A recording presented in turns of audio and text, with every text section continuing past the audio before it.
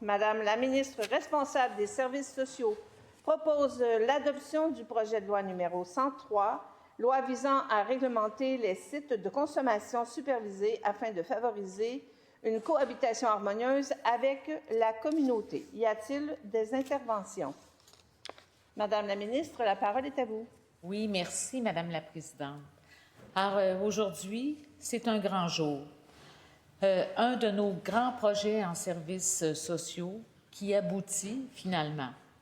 En effet, l'adoption du projet de loi numéro 103 qui vise à réglementer les sites de consommation supervisée afin de favoriser une cohabitation harmonieuse avec la communauté est une avancée indéniable.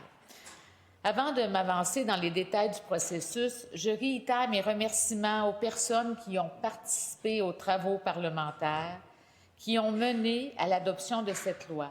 Merci vraiment à tous mes collègues qui ont collaboré à cette initiative transpartisane. Merci également à tous les groupes entendus en commission, ainsi qu'à ceux qui ont déposé des mémoires. Comme je l'ai mentionné récemment, de belles contributions sont venues de ces personnes pour améliorer le projet de loi. Je suis fière des résultats que nous avons aujourd'hui. Ces différentes contributions ont permis, entre autres, de renforcer le rôle crucial des sites de consommation supervisés, de maintenir l'accessibilité à ce service indispensable pour les personnes qui en ont besoin, de soutenir une trajectoire forte pour les sites de consommation supervisés vers les services spécialisés en dépendance, pour que les personnes soient bien accompagnées, de lutter contre la stigmatisation que peuvent vivre ces personnes et de favoriser un sentiment de sécurité et une cohabitation harmonieuse pour l'ensemble des citoyens, notamment les jeunes et leurs familles. Rappelons que cette loi vient répondre à des situations qui surviennent dans un contexte de crise majeure, celle des surdoses, qui entraîne malheureusement de nombreux décès.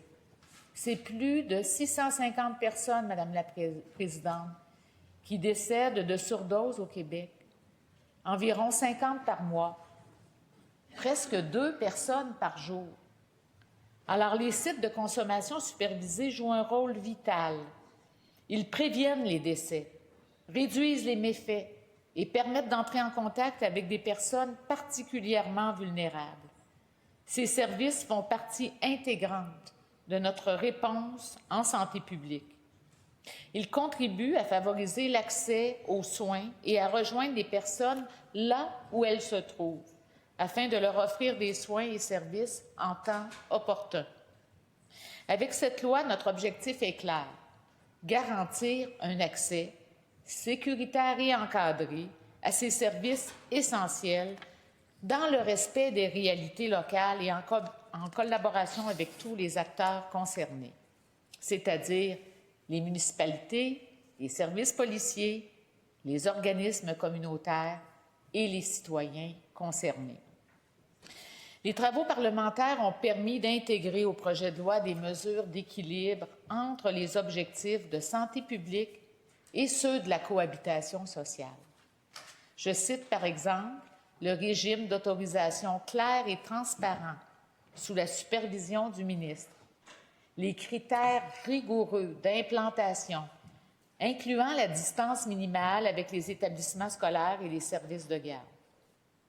L'adoption, en particulier, d'un amendement pour permettre à un site existant, situé à moins de 150 mètres d'un établissement scolaire ou de garde, de conserver son autorisation si, et le si est important, si une cohabitation harmonieuse est démontrée entre les parties concernées. Nous avons aussi établi les modalités de suivi, de renouvellement et de révocation des autorisations. Nous avons aussi déterminé des conditions visant la propreté, la salubrité et la sécurité des milieux. Nous avons aussi identifié des mesures transitoires pour éviter toute rupture de service. et le retrait des articles concernant les ressources en itinérance, bien sûr. J'en profite pour mentionner qu'il faut être prudent pour ne pas faire d'amalgame entre itinérance et les sites de consommation supervisés. Madame la Présidente, il est important de rappeler à cette étape de mon intervention la distinction entre le plan d'action qui ne visera que l'organisme responsable. Et j'en profite pour saluer les organismes qui agissent au Québec pour faire une différence dans les sites de consommation supervisés. Donc, la distinction avec le plan d'action, elle est importante. Elle vise les organismes responsables et elle se distingue du plan de cohabitation qui, lui, sera piloté par Santé Québec et auquel seront conviées toutes les parties visées. Le plan de cohabitation est important. On en a parlé beaucoup. Merci à mes collègues des oppositions qui ont amené ce concept tellement important. Et puis, on a eu l'occasion d'en discuter beaucoup, puis le projet a évolué dans ce sens.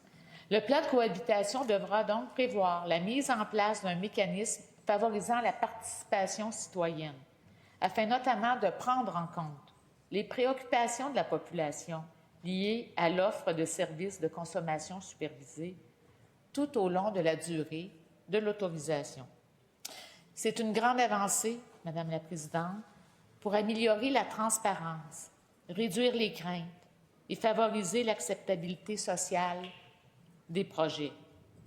On vient de franchir une étape charnière avec l'adoption de ce projet de loi qui marque le début d'une mise en œuvre concertée et fondée sur les meilleures pratiques en santé publique et attentive aux réalités locales. Je réaffirme mon engagement à travailler avec les communautés locales pour favoriser l'acceptabilité sociale, les organismes et les professionnels de la santé pour garantir la qualité des services, les municipalités et les citoyens pour assurer une cohabitation harmonieuse.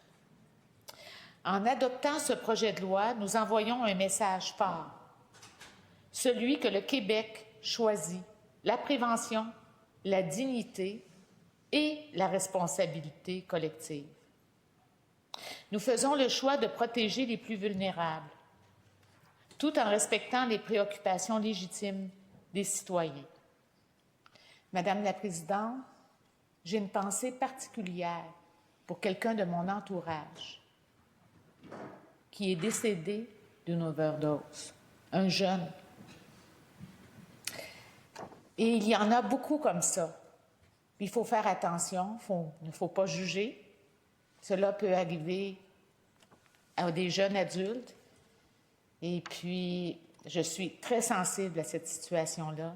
J'espère que ces sites vont faire une réelle différence pour accompagner les personnes lorsqu'ils viennent s'injecter des drogues, mais aussi pour les accompagner dans un parcours pour sortir de la dépendance. Nous faisons le choix de protéger ces personnes. Et pour finir, j'aimerais remercier mes collègues du gouvernement pour leur travail en commission. J'ai vraiment apprécié travailler ce projet de loi, je le mentionne. Je pense qu'on a fait vraiment une différence. Je veux souligner le travail transpartisan et je veux remercier le personnel du ministère de la Santé, notamment Dr Caroline Quach et toute son équipe qui nous ont accompagnés. Merci, Madame la Présidente.